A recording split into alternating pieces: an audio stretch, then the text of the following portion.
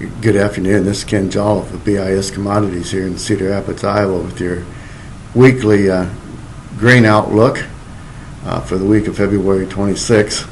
Pretty tough week on the grains. Corn market's down 11.5 cents. Wheat market down 18.75 cents. Bean market down 24 cents. Since we get one extra day this month of trading, leap year being Monday, if you look at the monthly corn, beans, and wheat here, we're down 16.5 cents on the month for corn, 33 cents on the wheat, and 25.75 cents on the soybeans. So it's been a very tough month of February, which history usually tells us the month of February is not a good one for the grain markets. We continue to talk about the same issues here in the grains. That's the bearish supplies that we're looking at, not only here in this country, but what appears to be adding to these bearish supplies in the countries south of our border also. The USDA Outlook Conference was held this week, and really there was no major surprises come out of that conference. When you look at 90 million acres of corn possible for this year, you put together trend line yields, and basically what they come down with is a carry-out number of just slightly under 2 billion bushels on corn. Kind of the same story on soybeans when you look at the acres, the trend line yields, the demand pictures that we've seen and can put together, both domestic and export, and they've kept the carry-out under 500 million bushels, for this year and projected for next year. So I guess if there maybe was a positive coming out of these outlook meetings and speeches this week is that they really didn't show a major increase in the possibility of these carryouts, but it still does show that we've got excessive supplies. When you add our supplies together here right now, the corn, beans, and wheat supplies, you've got one of the largest carryovers of grains here in our country since dated back in 1987, which was prior to the 88 drought year. So as we move forward here, we get to flip the calendar over next week, and maybe we can discuss some other topics as we move ahead. Demand picture, as we know the story on the soybean side of things, we're seeing the export market slow. Basis is backed off. The loadings will slow as most of this is headed down towards Brazil and Argentina for right now.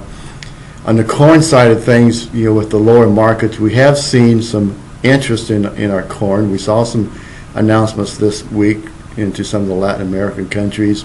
We did have some good sales to Japan, this prior week. So we are competitive in the corn market, and probably will be, moving forward over the next 30 to 60 days with the supplies down in South America as far as the corn side of things, being dwindled down here. And the focus naturally in their case will be for loading out the soybeans. So talking about the Brazilian crop here just a little bit, it looks like we ought to be seeing them about a third done with their harvest as we start in next week.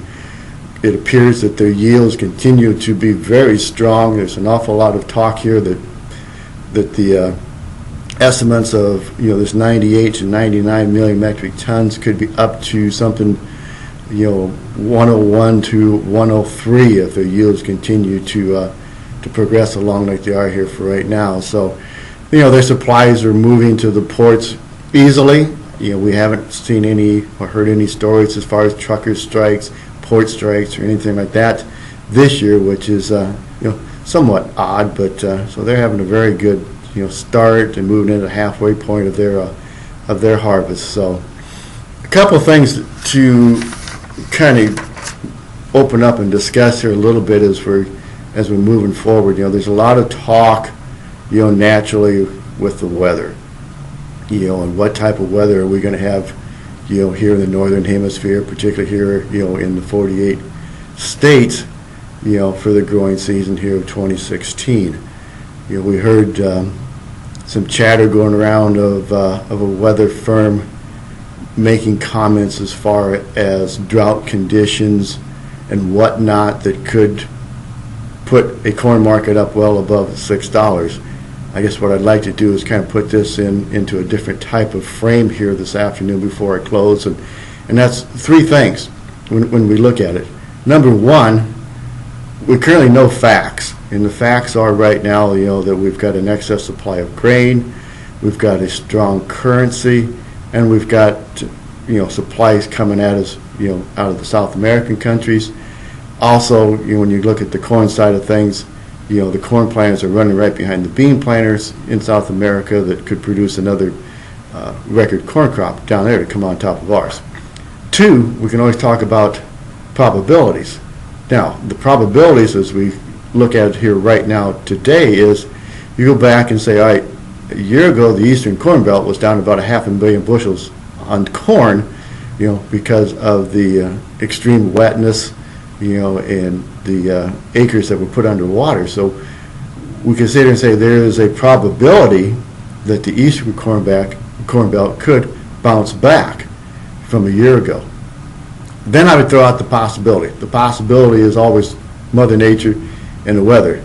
But that is something that is way down the road here right now, and I think we need to focus on number one and then pay attention to number two long before number three, the possibility comes forward. So just kind of my thoughts as we move towards the spring weather and we flip this calendar over next week. Hopefully we can start discussing some other topics, in particular, what's going on with our growing conditions, what's going on with the growing conditions, primarily in the northern hemisphere, as we move into the month of March. So with that, have yourself a great weekend. Looks like we're going to feel some of those springtime temperatures this weekend across the Midwest, so enjoy them.